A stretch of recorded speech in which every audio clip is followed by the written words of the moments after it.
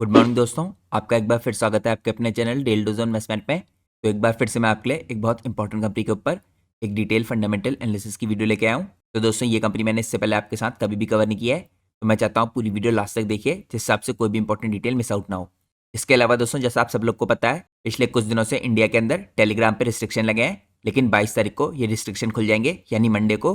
तो पिछले कुछ दिनों में दोस्तों मेरे जितने भी टेलीग्राम चैनल के मेंबर्स हैं, वो टेलीग्राम चैनल पे मेरे से कोई भी क्वेरी नहीं कर पाते, इसलिए मैंने टेलीग्राम चैनल के मेंबर्स के लिए एक व्हाट्सएप ग्रुप खोल रखा है।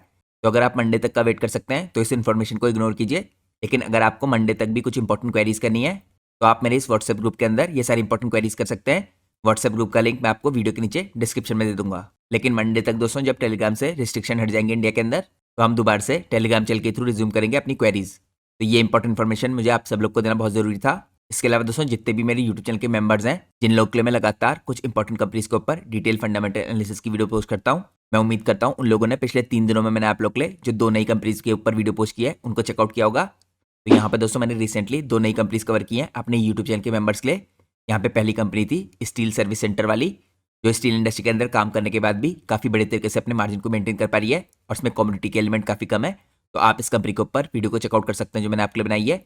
काफ़ी अच्छी यहाँ पे मैनेजमेंट ने गाइडेंस दी है फ्यूचर की, वो भी मैंने आपके साथ इसमें कवर की है। इसके अलावा दोस्तों, मैंने आप लोग के लिए कल के दिन एक इंडिया की एयर कार्गो एयरलाइन कंपनी है, जो अकेली लिस्टेड कंपनी है इंडिया में।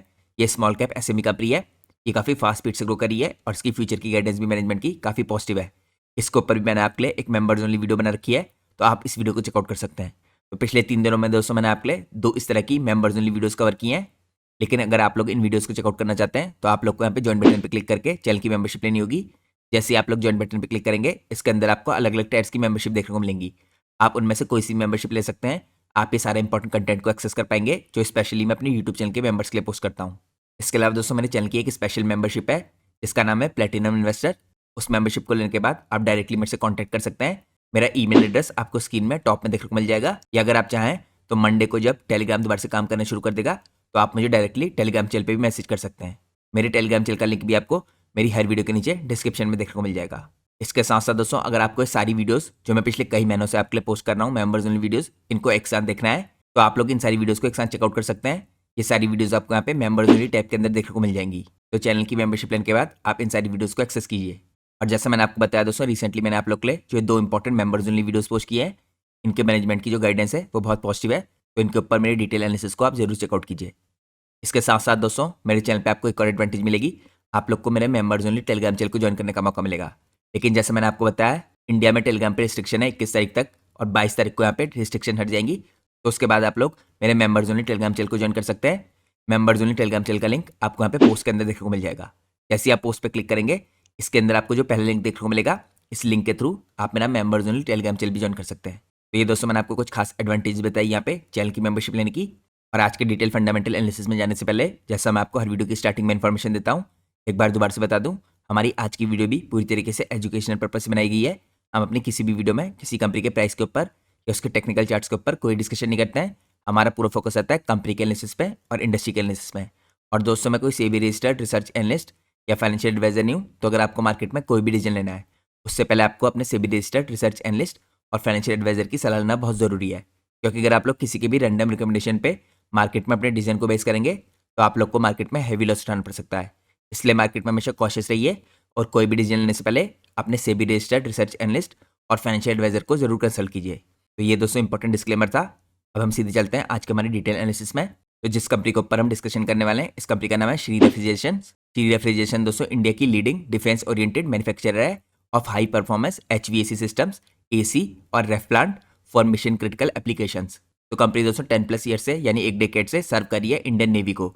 तो कंपनी को दोस्तों 2012 से इंडियन नेवी की तरफ से यहाँ पे फर्स्ट मरीन HVAC ऑर्डर मिल रहे हैं। इसके अलावा कंपनी ने रिसेंटली यहाँ पे इंडिजिनस सबमरीन के AC के प्लांट्स के ऊपर और मैग्नेटिक बेरिंग चिलर्स के अंदर काम करने की शुरुआत की है फॉर P-17A वॉरशिप्स। यहाँ पे 30+ ईयर का कंपनी को एक्सपीरियंस है इस इंडस्ट्री में काम करने का। 345+ यहाँ पे टीम से कंपनी काफ़ी स्ट्रॉन्गेस्ट टाइम पे स्ट्रेंथ के हिसाब से 8 लोकेशंस पे कंपनी इस टाइम पे अक्रॉस इंडिया, 2 मैन्युफैक्चरिंग इस टाइम पे इसके प्लांट है, 6 ब्रांच ऑफिस है, और 3 आउट ऑफ 3 यहाँ पे नेवल मेरीन रेफ्रिजरेशन है।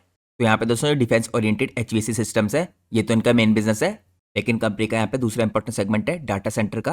डाटा सेंटर के अंदर भी कंपनी ने दोस्तों काफ़ी फास्ट स्पीड से नए डेवलपमेंट करने की शुरुआत की है, और आने वाले 2 सालों में कंपनी का कहना है कि इनका डाटा सेंटर का बिजनेस काफ़ी सब्सटेंशियल रूप से इंक्रीज हो जाएगा। तो डाटा सेंटर से रिलेटेड दोस्तों और इंपॉर्टेंट डिटेल मैं आपको आगे चेकआउट कराऊंगा, लेकिन ये मैंने आपको कंपनी का एक बेसिक ओवरव्यू दिया। अब हम चलते हैं नेक्स्ट पार्ट में। नेक्स्ट पार्ट में हम चेकआउट करते हैं दोस्तों यहाँ पे एक नए एंट्रेंट से कंपनी मार्केट लीडर कैसे बनी यहाँ पे नेवल HVAC के अंदर, जो कंपनी आपको पिछले 7 साल से दिख रही है। यहाँ पे दोस्तों आपको एक बहुत इंपॉर्टेंट चीज़ जानना ये भी जरूरी है कि कंपनी अपने स्पेसिफिक सेगमेंट्स में 64% से ऊपर का मार्केट शेयर रखती है। तो इंडिया के अंदर कंपनी की लीडरशिप पोजीशन है। यहाँ पे सबसे पहले अगर आप देखें दोस्तों, पिछले कुछ सालों में 2012 में इसने स्टार्ट किया मरीन HVAC सिस्टम्स का बिजनेस, और इसके अलावा इसको रिसीव हुआ उसके बाद फर्स्ट ISO सर्टिफिकेशन। फिर 2017 में दोस्तों कंपनी ने डेवलप किया इंडिजिनस यहाँ पे ACs for P-17 scorpion submarines. 2018 में इसको रिसीव हुआ first tender for magnetic bearing chillers for P-17 A warships. 2020 में इसने सिक्योर किया यहाँ पे quality investment from IDBI under the self-reliant India scheme. 2023 में इसको रिसीव हुआ पहला टर्न की HVAC ऑर्डर।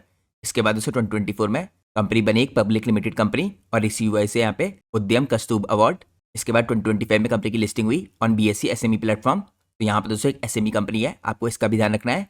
तो ये मैंने आपको कंपनी की एक क्विक हिस्ट्री चेकआउट कराई कि किस हिसाब से कंपनी ने 2012 में एंट्री ली इस बिजनेस में। अब करंटली कंपनी मार्केट शेयर में डोमिनेट करती है यहाँ पे। अब हम चलते हैं नेक्स्ट पार्ट में। नेक्स्ट पार्ट में मैं आपको चेकआउट कराता हूँ यहाँ पे कंपनी की state of art manufacturing facility को। तो दोस्तों कंपनी की मेन लोकेशन है इस टाइम पे महाराष्ट्र के अंदर। कंपनी सर्टिफाइड है बाय ISO जेड गोल्ड और IRS। कंपनी इक्विप्ड है इस टाइम पे with advance machinery, in house design और नेवल ग्रेड टेस्टिंग। तो हर सिस्टम दोस्तों यहाँ पे इंस्पेक्ट किया जाता है और साइंड ऑफ किया जाता है stage by stage as per यहाँ पे नेवल क्वालिटी स्टैंडर्ड्स। यहाँ पे अगर इंफ्रास्ट्रक्चर को देखें कंपनी के, तो कंपनी ओन करती है 20,000 स्क्वायर फीट की एक इंपॉर्टेंट यूनिट, जहाँ पे कंपनी एग्जीक्यूट करती है अपनी कोर मैन्युफैक्चरिंग प्रोसेस को। इसके अलावा कंपनी ने लीज की एक यूनिट 17,000 स्क्वायर फीट की, यहाँ पे कंपनी एग्जीक्यूट करती है सपोर्टिव ऑपरेशनल एक्टिविटीज़। इसके बाद कंपनी यहाँ पे ग्रीनफील्ड एक्सपेंशन करी है दोस्तों काफ़ी बड़े लेवल पे, जो अंडरवे है। 50,000 स्क्वायर फीट की फैसिलिटी होगी। एक्सपेंड करी कंपनी यहाँ पे 1 लाख स्क्वायर फीट की कैपेसिटी को, supported by 40 to 50% subsidies on capex under PSI scheme of government of Maharashtra. तो ये भी कंपनी को काफ़ी फायदा होगा। इसके अलावा दोस्तों अगर आप मैन्युफैक्चरिंग कैपेबिलिटीज देखें कंपनी की, तो यहाँ पे आपको कंपनी की इसके अंदर CNC लेजर कटिंग मशीन दिखेंगी, बेंडिंग मशीन दिखेंगी, ड्रिलिंग ग्रूविंग SPM मशीन दिखेंगी और ट्यूब शीट्स। इसके अलावा प्लाज्मा होल कटिंग मशीन दिखेंगी, कैम्फरिंग SPM और कंडेंसर, मॉडर्न यहाँ पे शॉर्ट ब्लास्ट और पेंटिंग शॉप दिखेगी। इसके अंदर आपको वेल्डिंग स्टेशन दिखेंगे, heavy duty plate rolling machine दिखेंगी। इसके अलावा यहाँ पे आपको सेटअप दिखेंगे VMC के और CNC के। तो मैंने आपको चेकआउट कराई कंपनी की state of art manufacturing facility और किस हिसाब से यहाँ पे मैन्युफैक्चरिंग कैपेबिलिटीज है कंपनी की। अब हम चलते हैं नेक्स्ट पार्ट में। नेक्स्ट पार्ट में हम चेकआउट करते हैं इन हाउस इसकी टेस्टिंग फैसिलिटी। तो यहाँ पर दोस्तों कंपनी के पास advance in house testing facility है, जो अनेबल करती है इसको परफॉर्म करने के लिए वैलिडेशन, क्वालिटी एश्योरेंस और regress testing under control conditions. यहाँ पे आपको control ambient AC test room दिखेंगे। इसके अलावा आपको चिलर परफॉर्मेंस टेस्ट बेड दिखेंगे। यहाँ पे टेस्ट किया जाता है दोस्तों बेड फैसिलिटी को और 650 किलोवाट मरीन प्लांट 2 है यहाँ पे इसकी क्वांटिटी। इसके अलावा आपको लीक टेस्ट फैसिलिटी दिखेगी फॉर हीट एक्सचेंजर और AC प्लांट। साथ में कंपनी के पास यहाँ पे टेस्टिंग फैसिलिटी है चिलर टेल्स की। तो ये मैंने आपको इन हाउस इसकी टेस्ट फैसिलिटीज दिखाई। अब हम चलते हैं नेक्स्ट पार्ट में। नेक्स्ट पार्ट में हम चेकआउट करते हैं कंपनी की स्ट्रेटेजिक यहाँ पे प्रेजेंस जो कोस्टल एरिया के अंदर है। सबसे पहले दोस्तों कंपनी के देखिए यहाँ पे आपको BD और सेल्स ऑफिस दिखेगा दिल्ली के अंदर। मुंबई में इसका इंस्टॉलेशन और सर्विस टीम है। यहाँ पे पुणे के अंदर आपको BD और सेल्स ऑफिस दिखेगा। फिर यहाँ पे आपको करड़ में हेड ऑफिस दिखेगा और फैक्ट्री दिखेगी। गोवा में इसका इंस्टॉलेशन और सर्विस की टीम दिखेगी। कोलकाता में इंस्टॉलेशन और सर्विस टीम दिखेगी। विजाग में यहाँ पे इंस्टॉलेशन और सर्विस टीम है और चेन्नई में भी यहाँ पे कंपनी का इंस्टॉलेशन और सर्विस टीम है। तो यहाँ पे काफ़ी शानदार तरीके से कंपनी ने दोस्तों आप कह सकते हैं स्ट्रेटेजिकली अपनी प्रेजेंस को कोस्टल एरिया में बनाए रखा है। अगर आप क्लाइंट का पोर्टफोलियो भी देखें तो इसके अंदर डिफेंस और PSUs दोनों आते हुए दिखेंगे आपको। यहाँ पे GRSC जैसी कंपनियाँ, HSL जैसी कंपनियाँ, मजगांव डॉक जैसी कंपनी है और इंडियन नेवी आपको दिखेगी इसकी कस्टमर।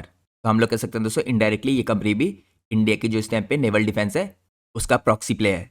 अब हम चलते हैं नेक्स्ट पार्ट में। नेक्स्ट पार्ट में हम चेकआउट करते हैं यहाँ पे कंपनी के कुछ इंपॉर्टेंट रजिस्ट्रेशन और सर्टिफिकेशन। तो यहाँ पे दोस्तों कंपनी को काफ़ी खास डिफेंस के रजिस्ट्रेशन मिले हैं। इसके अंदर आपको दिखेगा यहाँ पे CE certification directorate of mechanical engineering का, यहाँ पे मिनिस्ट्री ऑफ डिफेंस की तरफ से मिला है और AC और रेफ प्लांट्स। इसके अंदर आपको ISO 9001 2015 में सर्टिफिकेशन मिलता हुआ दिखा है। फिर यहाँ पे कंपनी को मिला है डायरेक्टरेट ऑफ इलेक्ट्रिकल इंजीनियरिंग में, यहाँ पे मिनिस्ट्री ऑफ डिफेंस की तरफ से फॉर मोटर स्टार्टर पैनल्स। ये IRS वर्क यहाँ पे अप्रूवल सर्टिफिकेशन है। इसके बाद आपको यहाँ पे DQA सर्टिफिकेशन दिखेगा। इसके बाद दोस्तों कंपनी को मिनिस्ट्री ऑफ डिफेंस की तरफ से फॉर HV सिस्टम के लिए भी यहाँ पे इंपॉर्टेंट सर्टिफिकेशन मिले हैं, जैसे MSME जेड गोल्ड। तो ये सारे सर्टिफिकेशन दोस्तों मैंने आपको इस पिक्चर में चेकआउट करा रखे हैं। अब हम चलते हैं नेक्स्ट पार्ट में। नेक्स्ट पार्ट में हम चेकआउट करते हैं यहाँ पे कंपनी के कोर बिजनेस आइडेंटिटी को। तो कोर में आप कह सकते हैं दोस्तों एक डिफेंस फोकस कंपनी है मैन्युफैक्चरिंग में ऑफ मरीन ग्रेड HVAC और रेफ्रिजरेशन सिस्टम्स। कंपनी एक ट्रस्टेड सप्लायर है for Indian navy plus PSU, shipyards और प्राइवेट इंडस्ट्रियल क्लाइंट्स। यहाँ पे आप देख सकते हैं दोस्तों किस तरह के इंपॉर्टेंट सिस्टम्स कंपनी बनाती है, जैसे आपको पिक्चर में यहाँ पे दिख रहे हैं। ओनली इंडियन कंपनी है इस टाइम पे जो रजिस्टर्ड है across all 3 critical naval segments. तो यहाँ पे ये भी दोस्तों कंपनी की एक यूनिक पोजीशन है, या आप कह सकते हैं यूएसपी है, या साथ में कंपनी के लिए एक मोट है, क्योंकि अकेली यहाँ पे रजिस्टर्ड कंपनी है अक्रॉस ऑल 3 यहाँ पे क्रिटिकल नेवल सेगमेंट्स। यहाँ पे आपको टर्न की एचवीएसी और आर सोल्यूशंस प्रोवाइड करती हुई दिख रही है, एसी और यहाँ पे रेफ प्लांट्स के अंदर काम करती हुई दिख रही है। इसके अलावा क्रिटिकल कंट्रोल पैनल्स बना रही है। तो एकमात्र कंपनी है इस टाइम पे इंडिया के अंदर जो तीनों में काम कर रही है। और जैसे मैंने आपको दोस्तों स्टार्टिंग में दिखाया था, अपनी स्पेसिफिक कैटेगरी में कंपनी का 64% से ऊपर का मार्केट शेयर है, यानी कंपनी मार्केट लीडर है। अब हम चलते हैं नेक्स्ट पार्ट में। नेक्स्ट पार्ट में हम चेकआउट करते हैं यहाँ पे बिजनेस मॉडल को कंपनी के। तो यहाँ पे दोस्तों मैन्युफैक्चरिंग और सप्लाई करती है कंपनी पहले पार्ट में बिजनेस मॉडल के, और दूसरे पार्ट में यहाँ पे वैल्यू एडेड सर्विस प्रोवाइड करती है। तो अगर आप मैन्युफैक्चरिंग और सप्लाई के अंदर देखें तो यहाँ पे कंपनी इक्विपमेंट बनाती है न्यू प्लस यहाँ पे retrofit, turnkey HVAC, or, उसके अलावा एसी और ref plants, heat exchangers, critical control panels. इसके बाद कंपनी यहाँ पे स्पेयर्स के अंदर काम करती है, रिकरिंग रेवेन्यू आते हैं यहाँ से कंपनी के। तो दोस्तों काफ़ी पॉजिटिव बात है, यहाँ पे स्पेयर्स के अंदर से कंपनी के रिकरिंग रेवेन्यू आ रहे हैं। ऑन बोर्ड यहाँ पे वेसल स्टोरेज है, और बेस डिपोर्ट यहाँ पे inventory replenish every 3 to 5 years through equipment life. तो इसके कारण कंपनी को यहाँ पे लगातार रिकरिंग रेवेन्यू मिलते हैं। इसके बाद दोस्तों वैल्यू एडेड सर्विस में आपको इंस्टॉलेशन और कमीशनिंग करती हुई दिखेगी कंपनी। ऑन साइट यहाँ पे एग्जीक्यूशन करती है, ट्रेनिंग करती है, ऑपरेशंस करती है और मेंटेनेंस करती है, और इनके थ्रू कंपनी यहाँ पे हैंड ओवर करती है। इसके अलावा कंपनी यहाँ पे एएमसी और लाइफ साइकिल सर्विस प्रोवाइड करती है, जो प्रिवेंटिव होती है प्लस करेक्टिव मेंटेनेंस होती है थ्रू सिस्टम लाइफ साइकिल। तो ये कंपनी का दोस्तों एक बेसिक बिजनेस मॉडल है, जो मैंने आपको 2 पार्ट में डिवाइड करके चेकआउट कराया है। अब हम चलते हैं नेक्स्ट पार्ट में। नेक्स्ट पार्ट में हम चेकआउट करते हैं कंपनी का मैरीन एचवीएसी और आर पोर्टफोलियो। तो इसके अंदर दोस्तों कंपनी आपको काम करती दिख रही है चिलर्स के ऊपर फॉर वॉरशिप और सबमरीन, एनएचक्यू डीएमई अप्रूव्ड। यहाँ पे टर्न की एचवीएसी आर फॉर वॉरशिप्स और सबमरीन्स। इसके अलावा electrical control panels for worship और सबमरीन्स। यहाँ पे अगर आप देखें दोस्तों पिक्चर में, इसके अंदर आपको सबसे पहले एसी प्लांट दिखेगा 5 TR to 300 TR, sea water और एयर कूल्ड। इसके बाद आपको यहाँ पे मैरिनाइज स्प्लिट यहाँ पे एयर कंडीशनर दिखेगा, डिजाइन किया था इसे मरीन एनवायरमेंट के लिए। फिर आपको रेफ्रिजरेशन प्लांट दिखेगा 0.5 TR से 35 TR तक का।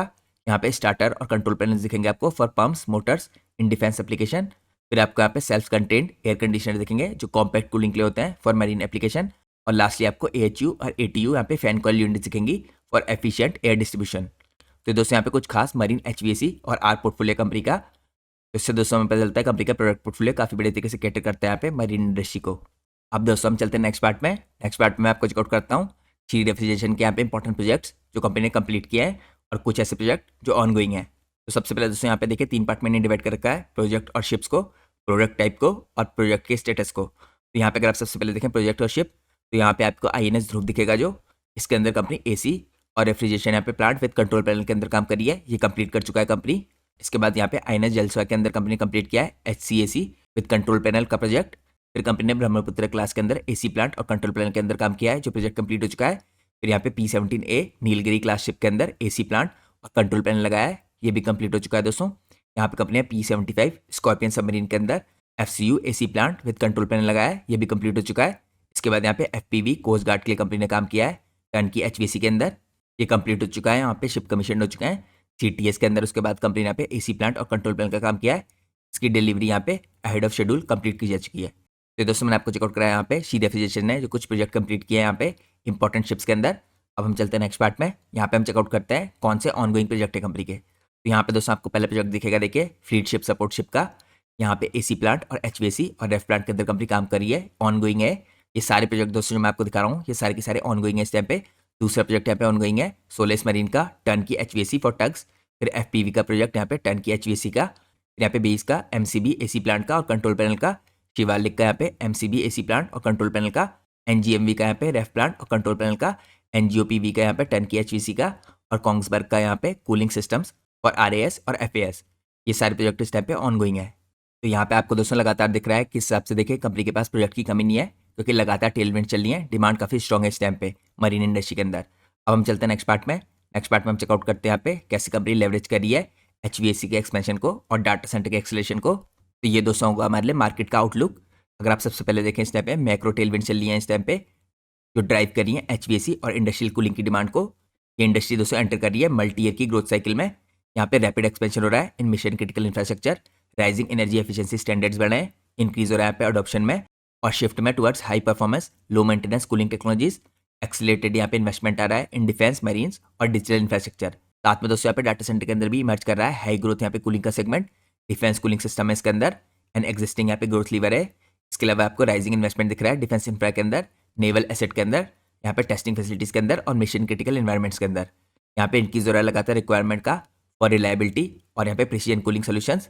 इसके अलावा जो डाटा सेंटर कूलिंग है दोस्तों, यहाँ पे नए स्ट्रक्चरल ग्रोथ लीवर है कंपनी के लिए, या आप कह सकते हैं पूरी इंडस्ट्री के लिए।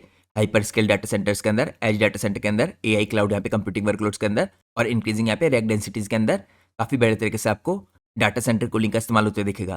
तो दोस्तों शीट रेफ्रिजरेशन इस इंडस्ट्री के अंदर स्ट्रॉन्ग अलाइनमेंट रखता है क्योंकि कंपनी के पास काफ़ी बढ़िया इंजीनियरिंग और एग्जीक्यूशन की कैपेबिलिटीज़ हैं। अब हम चलते हैं नेक्स्ट पार्ट में। नेक्स्ट पार्ट में हम चेकआउट करते हैं मरीन और डिफेंस की अपॉर्चुनिटीज़ को और इसके लैंडस्केप को। तो यहाँ पे दोस्तों इंडियन नेवल एक्सपेंशन ड्राइव कर रहा है एचवीएसी डिमांड को। आप सब लोग को पता है दोस्तों, पिछले कई महीनों से या आप कह सकते हैं पिछले 1 साल से मैं आपके लिए लगातार इंडिया की डिफेंस इंडस्ट्री, स्पेशली यहाँ पे नेवल इंडस्ट्री को कवर कर रहा हूँ। इसमें मैंने आपके लिए काफ़ी इंपॉर्टेंट कंपनीज पहले भी कवर की है, जैसे कृष्णा डिफेंस हो गई, सीएफए फ्लूइड्स हो गई, या बड़ी कंपनीज में गार्डन शिप बिल्डर्स हो गई। क्योंकि दोस्तों करंटली काफ़ी स्ट्रॉन्ग टेलविंड्स हैं पूरी इंडस्ट्री के अंदर। यहाँ पे जो डिफेंस मेरीन अपॉर्चुनिटी है ये काफ़ी ह्यूज है। इंडिया की नेवी दोस्तों यहाँ पे एक्सपेक्टेड है एक्सपेंड करेगी यहाँ पे 230 शिप से। तो यहाँ पे गवर्नमेंट अप्रूवल रिसीव हुआ है for project worth 2.35 lakh crore. यहाँ पे जो ऑर्डर इन्फ्लो है दोस्तों एक्सपेक्टेड है ओवर नेक्स्ट 2 ईयर। इसके अंदर आपको काफ़ी बड़े तरीके से फोकस दिखेगा एसी एचवीएसी सिस्टम्स के अंदर, जो कंस्टिट्यूट करते हैं 1% ऑफ प्रोजेक्ट वैल्यू। इसके अलावा दोस्तों यहाँ पे अगर आप डिफेंस मेरीन अपॉर्चुनिटी देखें तो ये भी काफ़ी ह्यूज है। यहाँ पे मर्चेंट मेरीन डिमांड है जो ये लगातार बढ़ी है 437 वेसल्स की। इसके अलावा यहाँ पे प्रोजेक्ट वर्थ है 1.9 लाख करोड़। यहाँ पे एसी और एचवीएसी का share estimated 0.5% of project value. और आप सब लोग को दोस्तों मैंने कई बार बता दिया इस वीडियो के दौरान कि कैसे यहाँ पे शीट रेफ्रिजरेशन का 64% से ऊपर का मार्केट शेयर है अपने स्पेसिफिक सेगमेंट में। तो मरीन एचवीएसी दोस्तों लगातार बन रहा है यहाँ पे स्ट्रेटेजिक नीश। यहाँ पे लॉन्ग क्वालिफिकेशन साइकिल होते हैं इसके अंदर, तो कोई भी कंपनी एंट्री नहीं कर सकती है।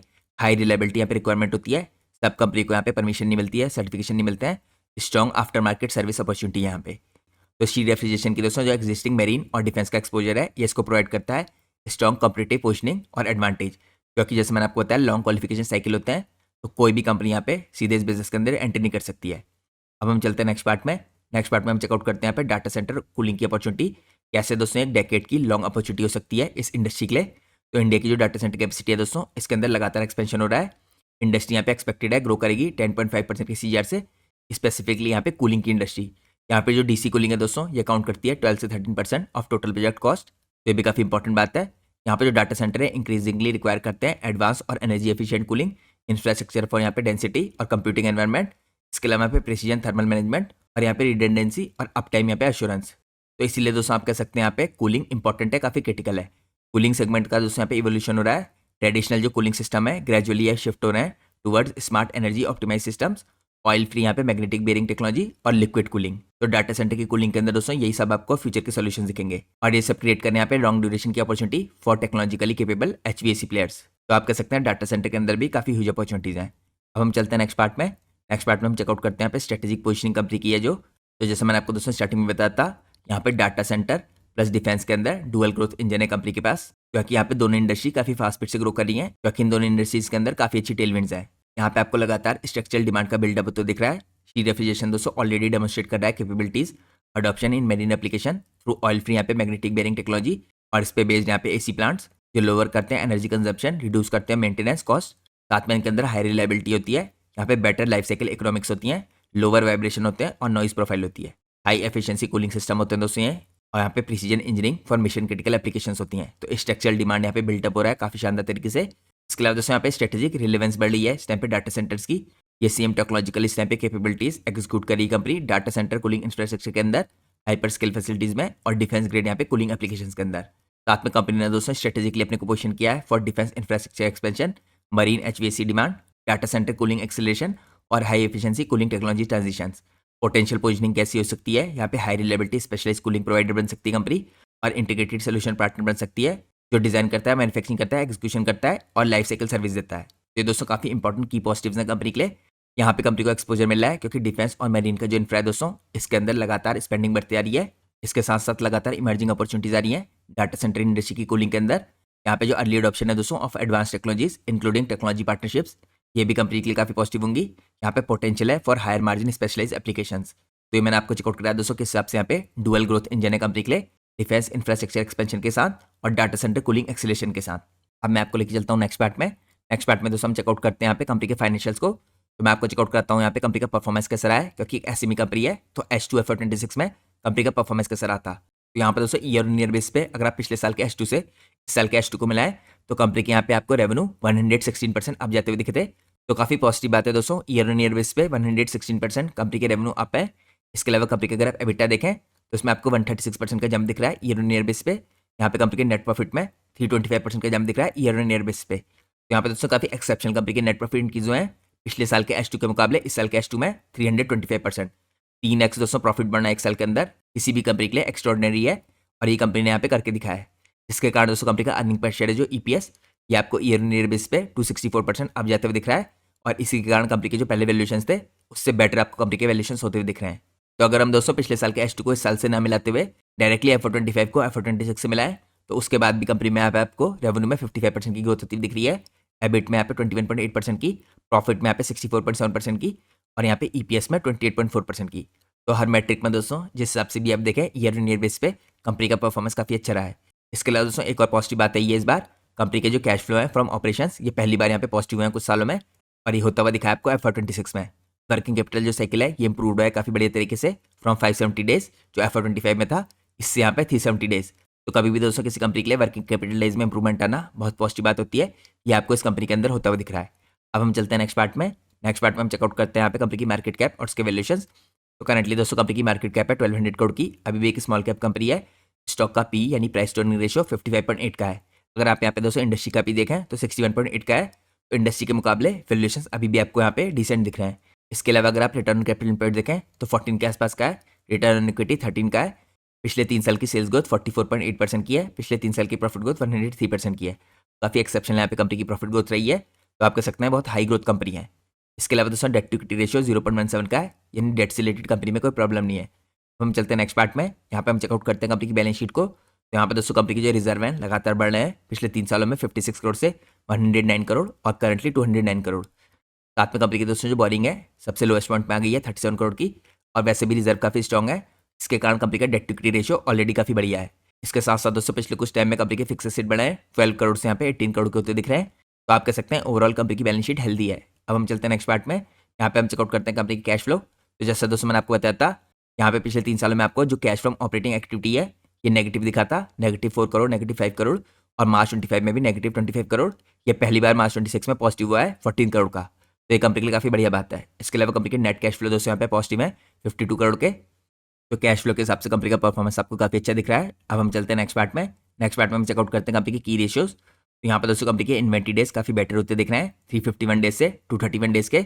इसके बाद अगर आप कैश कन्वर्जन साइकिल देखें तो यहाँ पे 576 डेज से इंप्रूव होकर 360 डेज का हुआ है।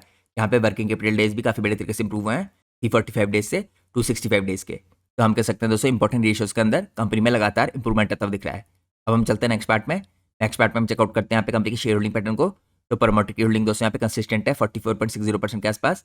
यहाँ पे अगर आप देखें FIS की होल्डिंग आपको काफी कम दिखेगी 0.12% की, और जनरली दोस्तों यहाँ पे 1000 करोड़ के आसपास की कंपनी में आपको FIS DIS की होल्डिंग वैसे देखने को नहीं मिलेगी, लेकिन यहाँ पे फिर भी कंपनी में DIS की थोड़ी होल्डिंग है जो मार्च में हल्की सी कम हुई है। DIS में दोस्तों यहाँ पे 9.60% की जो होल्डिंग थी ये कम होकर 8.74% की हुई है, लेकिन किसी भी दोस्तों 1000 करोड़ के आसपास की कंपनी के लिए 8.74% की DIS की होल्डिंग काफी पॉजिटिव है।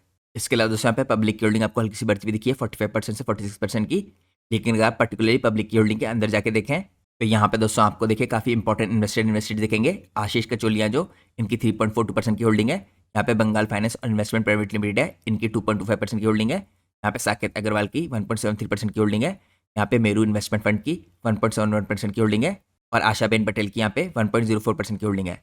और यहाँ पे लगातार दोस्तों कंपनी के अंदर देखिए आपको नंबर ऑफ शेयर होल्डर्स बढ़ते हुए दिख रहे हैं 3381 से यहाँ पे करंटली 4461 हुए हैं। तो यहाँ पे दोस्तों जो पब्लिक की होल्डिंग है 46% की, इसमें से 10% से ऊपर की होल्डिंग आपको कुछ इंडिविजुअल इन्वेस्टर्स की और कुछ इन्वेस्टमेंट फंड्स की दिख रही है। तो आपको नहीं सोचना है कि यहाँ पे पब्लिक की होल्डिंग में प्योरली रिटेलर्स की होल्डिंग है। तो दोस्तों हमने चेकआउट किया कंपनी का शेयर होल्डिंग पैटर्न। इसके अलावा मैंने आपको कंपनी के वैल्यूएशन चेकआउट कराया, हमने कंपनी के कैश फ्लो देखे जो लगातार इंप्रूव हो रहे हैं, हमने देखा कैसे कंपनी के वर्किंग कैपिटल साइकिल और कैश कन्वर्जन साइकिल में इंप्रूवमेंट आया और साथ में कंपनी की जो बैलेंस शीट है उसमें डेट की कोई प्रॉब्लम नहीं है। अब हम चलते हैं एनालिसिस के लास्ट पार्ट में जहाँ पे हम चेकआउट करेंगे मैनेजमेंट की कमेंट्री और फ्यूचर की गाइडेंस। तो सबसे पहले दोस्तों कंपनी ने अपनी बिजनेस पोजीशनिंग और मोड्स के ऊपर बात कर रखी है इन डिफेंस मरीन्स HVAC। तो यहाँ पे अगर आप देखें कंपनी पोजीशन कर रही है अपने को as a leading defence HVAC supplier with 30 year of experience in refrigeration test equipment और 10 ईयर का experience naval defence HVAC systems के अंदर। और यहाँ पे मैनेजमेंट ने दोस्तों बार बार कहा है कि इनका एम्फेसिस यहाँ पे स्ट्रक्चरल डिफरेंशिएशन के ऊपर। यहाँ पे कंपनी क्लेम करी है कि ये अकेली कंपनी है इस टाइम पे इंडिया के अंदर स्पेशली एचवीसी फर्म के अंदर जो इस टाइम पे क्लियर्ड है डिलीवर करने के लिए यहाँ पे फुल स्टैक। इसके अलावा यहाँ पे आपको कोई भी कंपनी फुल स्टैक के अंदर काम करती हुई दिख रही है, यानी यहाँ पे एचवीसी सिस्टम्स है, प्लस यहाँ पे एसी आरईएफ प्लांट है और इन हाउस यहाँ पे कंट्रोल पैनल्स है। तो आप कह सकते हैं अंडर डिफेंस वेंडर अप्रूवल्स ये अकेली कंपनी है इस टाइम पे जो सप्लाई करती है यहाँ पे एचवीसी सिस्टम्स को, एसी और एफ प्लांट को, और यहाँ पे इनकी खुद की ओन कंट्रोल पैनल है। तो ये भी कंपनी के लिए काफ़ी स्ट्रॉन्ग मोट है, ऐसा कंपनी का कहना है। तो ये इंटीग्रेटेड दोस्तों रीइंफोर्स हुए हैं बाय डिफेंस क्वालिफिकेशन और मल्टी यहाँ पे डायरेक्टरेट क्लियरेंसेज। तो इस तरह का काम करने के लिए दोस्तों नेवी की तरफ से भी क्लियरेंसेज है, उनको मिलने में काफ़ी लंबा टाइम लग जाता है, जो यहाँ पे इस कंपनी को काफ़ी स्ट्रॉन्ग मोट और एंटीवायरस प्रोवाइड करता है। अब हम चलते हैं नेक्स्ट पार्ट में। यहाँ पे हम चेकआउट करते हैं प्रोजेक्ट एग्जीक्यूशन स्टेटस के ऊपर, इंस्टॉल बेस के ऊपर और मार्केट शेयर के क्लेम के ऊपर कंपनी ने क्या बात की है। तो यहाँ पे दोस्तों कंपनी ने कुछ बड़े प्रोग्राम कंप्लीट किया है जो मैं आपको ऑलरेडी चेकआउट करा चुका हूँ। P-17A यहाँ पे नीलगिरी क्लास फ्रिगेट के अंदर ऑयल फ्री कंप्रेसर बेस्ड यहाँ पे चिलर सप्लाई की है कंपनी ने, और ये प्रोजेक्ट कंप्लीट हो चुका है। इसके अलावा जो स्कॉर्पियन सबमरीन एचवीएसी है यहाँ पे इंडिजिनाइजेशन का काम किया कंपनी ने, और कंपनी का कहना है कि अकेली कंपनी इस टाइम पे इंडिया के अंदर जो इंडिजिनाइज यहाँ पे whole submarine HVAC system provide करती है। इसके अलावा दोस्तों करंट एग्जीक्यूशन में अगर आप देखें 8 प्रोजेक्ट ऐसे हैं जो ऑन गोइंग है, 4 एक्सपेक्टेड यहाँ पे कंप्लीट हो जाएंगे FY27 में, और रिमेनिंग यहाँ पे आपको आने वाले टाइम में कंप्लीट होते दिखेंगे। यहाँ पे कंपनी का मार्केट शेयर जिसमें आपको पहले बता दिया दोस्तों 64% प्लस का है, ऐसा मैनेजमेंट ने यहाँ पे अपनी अर्निंग कॉल्स में कहा है, जो कंपनी को इस इंडस्ट्री के अंदर काफ़ी स्ट्रॉन्ग पोजीशन में लाता है। अब हम चलते हैं नेक्स्ट पार्ट में। इसके अंदर हम चेकआउट करते हैं कंपनी ने यहाँ पे कैपेसिटी एक्सपेंशन के ऊपर, फुटप्रिंट के ऊपर और टेस्टिंग के इंफ्रा के ऊपर बात की है। यहाँ पे मैन्युफैक्चरिंग फुटप्रिंट देखें दोस्तों अगर आप, लेगेसी प्लांट है जो यहाँ पे 20,000 स्क्वायर फीट का, इसको रिपोजिशन करेगी कंपनी मेनली फॉर असेंबली और टेस्टिंग। यहाँ पे जो लीज यूनिट है इसको कंपनी क्लोज करेगी जून में, और कंपनी का यहाँ पे जो नया दोस्तों स्टेप एक्सपेंशन है 50,000 स्क्वायर फीट का, इसके अंदर हमें कमर्शियल प्रोडक्शन स्टार्ट होता दिख गया है जून में, यानी इसी महीने में। तो आने वाले क्वार्टर्स में दोस्तों आपको इसका पॉजिटिव इंपैक्ट देखने को मिलेगा। यहाँ पे कंबाइंड जो फुटप्रिंट है मैनेजमेंट ने इंडिकेट किया है 70,000 स्क्वायर फीट का, later describes as 80,000 square feet overall facility base. यहाँ पे फर्दर एक्सपेंशन की पोटेंशियल है इसके अंदर। यहाँ पे फैसिलिटी के दोस्तों पोजिशनिंग को लेकर कंपनी ने क्या रखा है, कंप्लीटली बैकवर्ड इंटीग्रेटेड है, और इनको अब यहाँ पे हार्डली कोई नया डेडिकेटेड सब वेंडर फाइंड करना पड़ता है। तो ये दोस्तों यहाँ पे कैपेसिटी एक्सपेंशन और फुटप्रिंट को लेकर कुछ इंपॉर्टेंट डिटेल थी। अब हम चलते हैं नेक्स्ट पार्ट में। यहाँ पे हम चेकआउट करते हैं कंपनी ने जो FY27 की मार्जिन की गाइडेंस दी है, और साथ में जो ऑर्डर बुक है कंपनी की। तो अगर आप दोस्तों मैनेजमेंट ने जो गाइड किया देखिए यहाँ पे मार्जिन देखें, तो मैनेजमेंट का कहना है कि एबिटा मार्जिन कंपनी के रह सकते हैं 20 से 24% के आसपास के। यहाँ पे एक्सप्लिसिटली इन्होंने स्टेट किया कि कमोडिटी का इन्फ्लेशन होगा, यहाँ पे ये भी डिक्टेट करेगा कि किस हिसाब से मार्जिन रहते हैं, तो आपको उस पर फोकस रखना है। इसके अलावा यहाँ पे कुछ इंपॉर्टेंट इनसाइट प्रोवाइड किए कंपनी ने। तो प्रिंसिपल मार्जिन होंगे दोस्तों, ये फैक्टर डिस्क्लोज किया गया है यहाँ पे रेवेन्यू मिक्स में आफ्टर मार्केट शेयर। यहाँ पे H2 के जो मार्जिन एक्सपेंशन है दोस्तों, इसको एट्रीब्यूट किया गया है ऑपरेटिंग लेवरेज से, क्योंकि यहाँ पे लोअर ओपेक्स ग्रोथ है। तो यहाँ पे दोस्तों आपको फोकस करना चाहिए स्पेयर सर्विसेज के शेयर की रिकवरी में, और यहाँ पे हमें फोकस करना है कि जो H2 के लेवल का एग्जीक्यूशन मार्जिन है ये सस्टेन करते हैं कि नहीं, और यहाँ पे साथ में वॉल्यूम में राइज होता है कि नहीं H1 में, यानी जो अगले यहाँ पे हाफ ईयरली रिजल्ट्स आएंगे। यहाँ पर दोस्तों कंपनी की ऑर्डर बुक अगर आप देखें, टेंडर पाइपलाइन देखें, तो यहाँ पे आपको क्लोजिंग ऑर्डर बुक दिख रही है 270 करोड़ की। तो अगर आप FY26 के रेवेन्यू के मुकाबले देखें तो 1.8x है। तो यहाँ पे फ्यूचर की रेवेन्यू की ग्रोथ की विजिबिलिटी प्रोवाइड करती है। अब दोस्तों मैं आपको लेके चलता हूँ नेक्स्ट पार्ट में। इसके अंदर मैनेजमेंट ने बात कर रखी है डाटा सेंटर कूलिंग और यहाँ पे फ्यूचर की स्ट्रेटेजी को लेके कैसे बिजनेस डेवलप होगा। यहाँ पे स्ट्रेटेजिक दोस्तों एजेंसी है, अगर आप देखें इस टाइम पे कंपनी एम करी है लेवरेज करने के लिए डिफेंस ग्रेड की कूलिंग यहाँ पे इंजीनियरिंग को इनटू डाटा सेंटर कूलिंग।